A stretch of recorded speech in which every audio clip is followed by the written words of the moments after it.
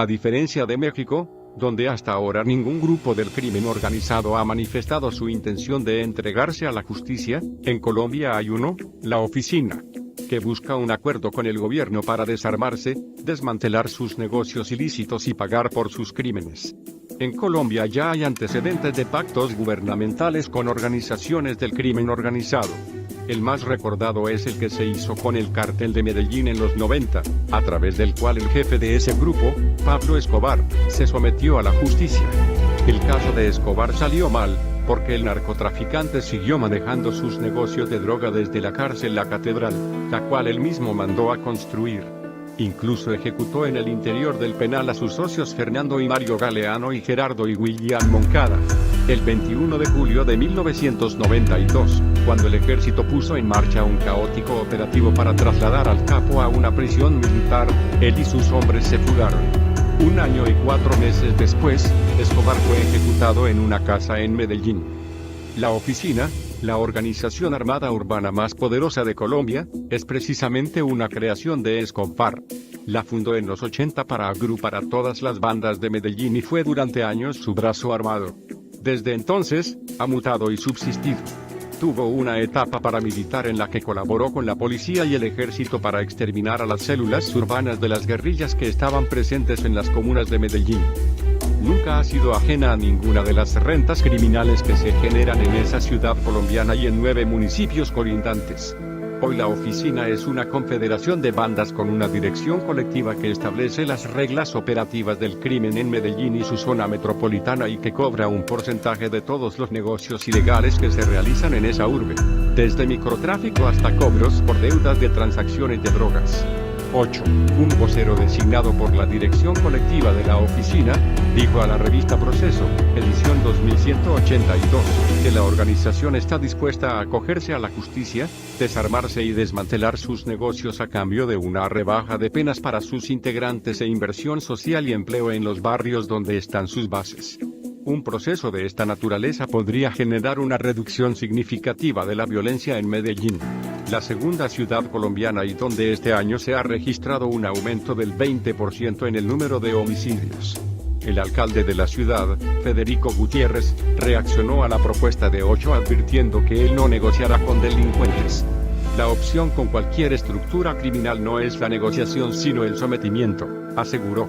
Pero en realidad no es el alcalde al que le corresponde pactar una salida legal para propiciar la entrega a la justicia de integrantes de grupos armados como la Oficina, sino al gobierno nacional y al Congreso, que es donde se hacen las reformas legislativas que se requieren para este tipo de procesos. Con frecuencia ocurre que el crimen organizado se enfrenta a estados desorganizados. No solo cuando estos combaten estructuras ilegales, sino cuando se trata de dar respuestas novedosas a problemas tan complejos como el narcotráfico y la violencia que este fenómeno delictivo produce. Los gobiernos suelen actuar con medidas coyunturales y no con estrategias de largo plazo frente al crimen. En los 90, el gobierno de Colombia propició la entrega de Pablo Escobar y de otros jefes del cártel de Medellín como los hermanos Ochoa Vázquez a través de un decreto presidencial que les otorgaba a esos capos un trato judicial benigno, un máximo de 8 años de cárcel y la garantía de no extraditarlos a Estados Unidos. Los hermanos Jorge Luis y Juan David Ochoa Vázquez, socios de Escobar, se entregaron a la justicia en 1991 en el marco de ese decreto y salieron en libertad 5 años después. El primero aún vive en su finca cerca de Medellín. El segundo murió de un infarto al corazón en 2013. La política criminal, una respuesta al activista humanitario y experto en crimen urbano, Luis Fernando Quijano, piensa que cuando un grupo criminal quiere entregarse a la justicia a cambio de beneficios judiciales hay que tomarle la palabra y darle una salida en el marco de la ley. Estados Unidos, que tanto presiona a América Latina en materia de lucha contra el narcotráfico, contempla en su legislación beneficios judiciales para quienes cooperen con la justicia. Tan es así, que muchos narcotraficantes colombianos solicitados en extradición por Estados Unidos prefieren entregarse a la justicia de ese país que hacerlo en Colombia. A cambio de delaciones y de entregar parte de sus fortunas al tío Sam, han cumplido unos cuantos años de cárcel y han salido a disfrutar la plata que les quedó de sus años en la ilegalidad.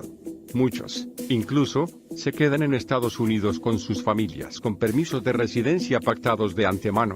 Cuando una organización criminal quiere acogerse a la justicia a cambio de rebajas de penas, al menos hay que ver si las legislaciones nacionales tienen respuestas y, si no, debatir la pertinencia de legislar al respecto. Los incentivos legales para propiciar justicia siempre han existido. En Colombia, hay legisladores de diferentes corrientes políticas dispuestos a expedir una ley para la entrega de los integrantes de la oficina. El asesor legal de la dirección colegiada de la oficina, Ricardo Andrés Giraldo, considera que es necesario darles a estas organizaciones salidas legales para romper el ciclo de violencia y afirma que la actual estrategia para combatir el delito no está dando resultados. Giraldo plantea impulsar una ley que permita a todos los actores del conflicto armado urbano de Colombia acudir a la justicia, confesar sus crímenes, abandonar sus negocios ilícitos y recibir, a cambio, penas de entre 5 y 8 años de prisión, en el caso de delitos comunes, y hasta de 10 años en los casos de crímenes de lesa humanidad, como secuestro, ejecuciones y tortura.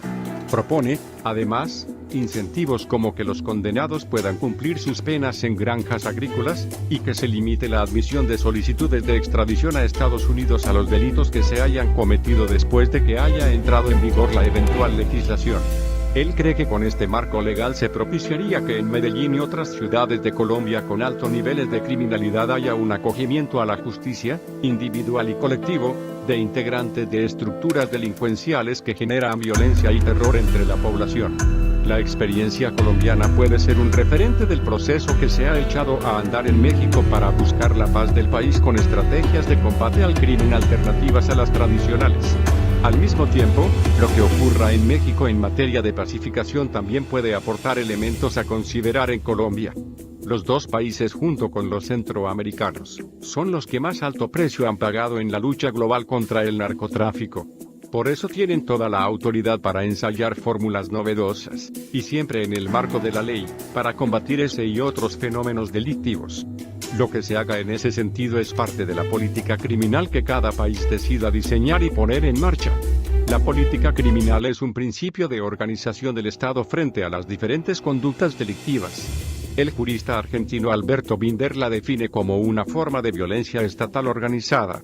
La Corte Constitucional de Colombia definió en 2001 la política criminal como el conjunto de respuestas que un Estado estima necesario adoptar para hacerle frente a conductas consideradas reprochables o causantes de prejuicio social con el fin de garantizar la protección de los intereses esenciales del Estado y de los derechos de los residentes en el territorio bajo su jurisdicción.